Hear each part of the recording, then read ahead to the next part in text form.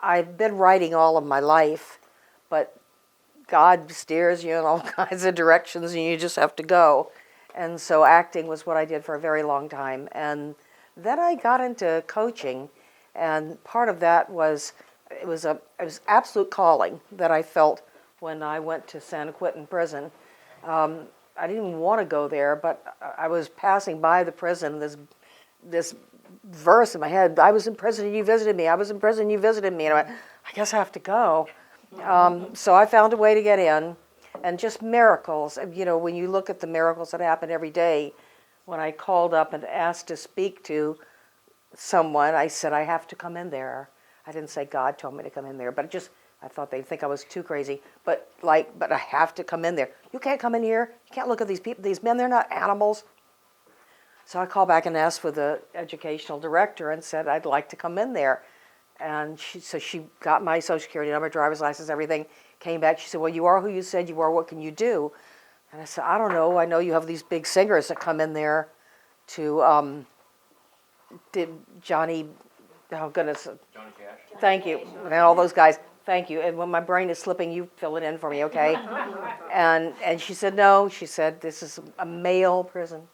Anyway, I ended up coaching these men who were in the reentry program, trying to teach them how to use personal presentation sales techniques to not go back to prison, how to learn how to present themselves with confidence and stuff, so when they went on a job, they weren't going in like this or whatever, or walking sideways the way a lot of inmates do. And from there, I just felt strongly this is what God wanted me to do, so I started doing it, teaching at a college in DuPage, because I was living in Illinois at the time. And from there, it occurred to me one day that whatever we did in class was one thing, but they weren't going to learn much if they didn't actually get on set. So in 2009, I wrote my first script called Reunion, and we filmed it, and it was a mess. It was a complete disaster. But everybody learned something. I learned something. And then I just kept going with various films. And then Marlene has been so kind as to let us shoot 2 of them here, Making the Grade, that was last year, and then this year, Blood Relatives. And I see the difference in my students when they are able to practice their craft for real, not just in school. And I got more and more and more into writing, and I've been studying the writing. And I've just started studying something that I'm going to share with you guys today. How many of you guys have heard of Chris Soth? Has anyone heard of Chris Soth? He is he's a writing teacher in Los Angeles, went to USC, University of Southern California, and while he was there, a screenplay in the screenplay program, his screenplay that he turned in to for his thesis screenplay on, I think he said it was April 3rd, 1995. On April 4th, he sold it for $750,000. And then with the rest of the money he got, I know, makes you want to be a writer, huh? But for the rest of the money that they gave him for the polishing, they call it, and everything else, he ended up making $1 million for that one film called Firestorm. And he became a writer after that, and like me, he studied. Acting, you do have to learn a lot, because acting is an art like sculpture, whatever. But writing, I think, is way more difficult, because it's the framework, it's the bones, it's what all these other people are going to be using to create a film. So just in case any of you guys decide you want to join Chris's class, let me know. It starts on Monday. It's online. He has an introductory conversation he has with everyone that he'll have on Monday night. And then for 1 month, the plan is to write a full-length screenplay using his techniques. I'm going to tell you some of his techniques today, and then if you have any other interest in him, either to join his class or to read his ebook or whatever you may be interested in. What I find interesting about Chris's work is that he helps you get there so fast. For anyone who's is anyone here a member of the Writers Guild of America?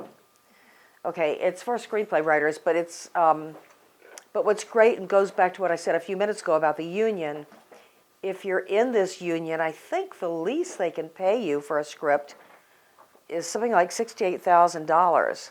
What's the name of that? Writers Guild of America.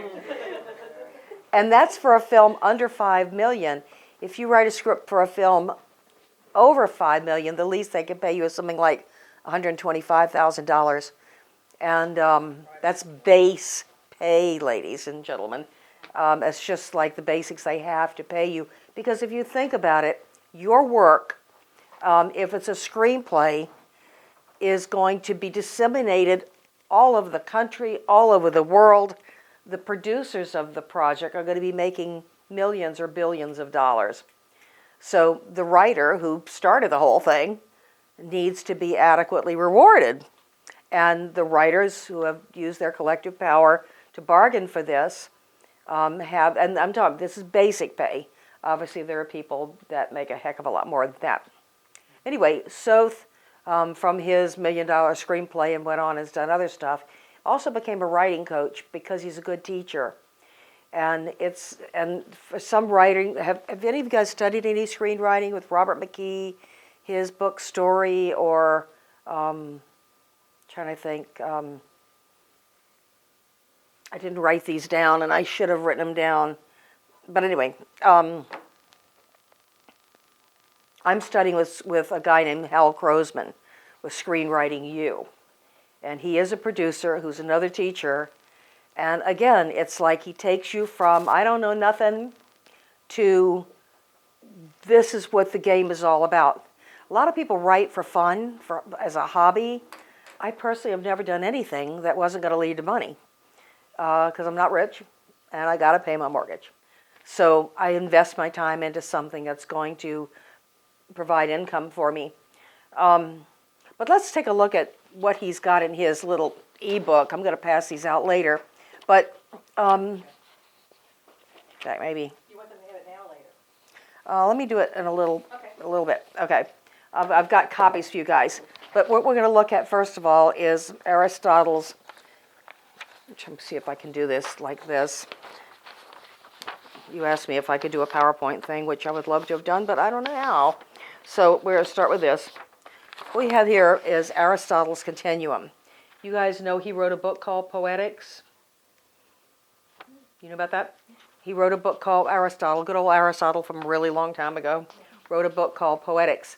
And in it, he wrote down basically what writing's all about, which is like there should be a beginning, a middle, and an end. Okay? And he said, time is the factor. I know, well, someone had to write it down. Aristotle got the credit. And so this Aristotle's Continuum is it just means time. That's all it means. A story starts at a certain point and it ends at a certain point.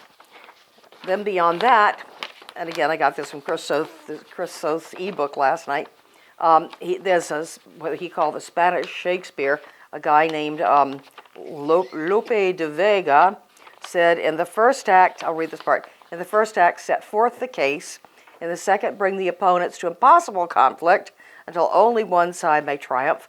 In the third, trick expectancy and resolve the case. So this is what with his diagram that he decided drama was all about. And he divided into 3 acts. And over here is a reversal. That's what he talked about, trick expectancy. How many of you guys watch Star Wars? Has anyone not watched Star Wars? You got to watch Star Wars. I'm going to give you a spoiler. I'm so sorry. But at one point, when it looks like Luke is battling with Darth Vader, and all of a sudden Darth Vader says, "You can't kill me, son. I'm your father." What? It's like this whole. That's where we get this reversal, and so on. So again, it may seem simple to you guys who were brought up with this, but to the people like this was, let's see, De Vega was like 1400 and whatever. This was a big new deal.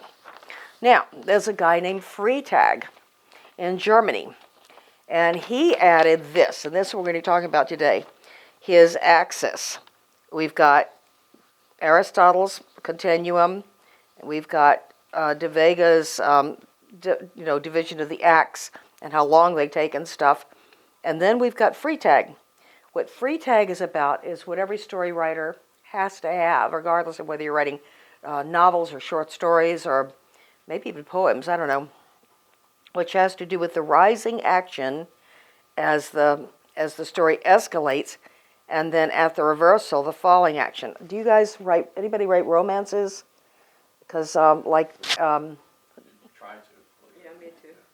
well, Erica and I were in the same group, the Romance Writers of America, and they talk about the black moment, which is where it looks like nothing's going to work, and everything has gone to pieces.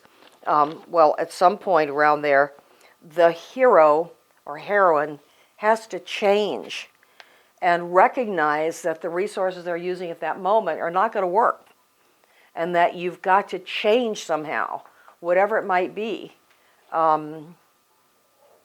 Like in my case with that whole thing out at San Quentin I was not so sure I believed in God.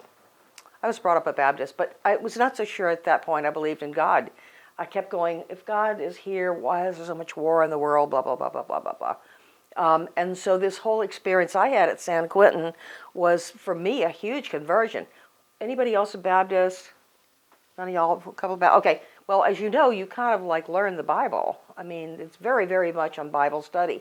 So that's why these verses kept coming to me and saying, like, you need to do this. It was good for me. It was good for the inmates. But it was particularly good for me because it led to this new calling. All right, so with his axis, what it leads to, it's a vertical line to represent conflict, struggle, suspense, and what Soth likes to call it, which is tension. And he pointed out, and how many of you guys have ever seen a boring movie or read a boring book? It's because there's no tension, or no tension that you care about. And the example that he uses, he says, as you see as time goes on in a story, tension rises, building ideally to an unbearable pitch until the reversal, after which it's released. And each event, each scene, each beat within each scene, everything must increase and ratchet up this tension. And I believe that's why I know that when I watch movies, even movies that I've seen before, like I love the movie Independence Day, when I watch it, I'm watching them out there and fighting evil aliens and everything. It's when it's over, I was like, that was great. Who was it? He was saying, I think I have it even here. Yes, Sigmund Freud.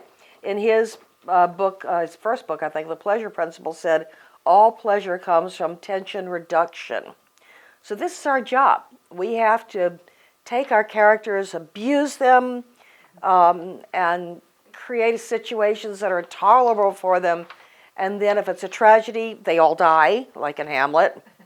And if it's the kind of stuff I like to write, somehow they find their way to drop the bomb of the Death Star and then save the world or the universe, depending on how big your story is. Anyway, so then he says, and I thought this was really interesting. He said, if all pleasure comes from tension reduction and a story has no tension, how are we to take pleasure in it? And I thought this was really great. What is tension? There are only two ingredients. Can you all guess what they are? What creates tension? Fear. Conflict? In anticipation or Fear is one of them. It's hope. anticipation. No, but it's hope. In anticipation, I'm looking forward to something, I guess. That's what I'm it's hope. It's like all those movies about people riding bicycles or racing or whatever, football movies, whatever, all that's like, will my team win? When you watch a football game, if you're like, I don't watch football, but I did watch the Saints win. My one and only time watching football. And I was going, and everyone was cheering at one point, oh my God, they just scored a touchdown. And the guy sitting next to me said, no, that was a first down. I felt really silly, but we won. Okay, but that's what it is. And I remember sitting there and I was so tense, and I don't care about football. But I cared very much because of what it meant for us, those of us who went through Katrina, you know, those of us who make our home here. So tension is hope and fear.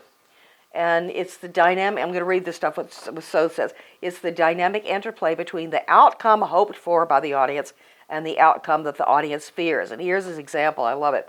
A baby crawls out of a window onto the 15th floor ledge of a skyscraper. We're watching. We're sitting there in the theater, or we're reading the book. We're watching, and there's nothing we can do to influence the situation as the baby crawls further from the window and then pulls itself unsteadily to its feet. Teeters! Will its first step be its last? So, presumably, we hope that the baby will be rescued or crawl back through the window. We fear the baby will fall to its death.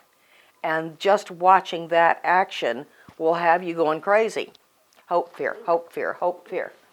And so that's what it's created by the pull between the two poles of emotional involvement. The baby crawls out fear, further from the window fear. It seems to be turning around hope, but only to pull itself up and stand even more precariously on the edge, worse fear yet.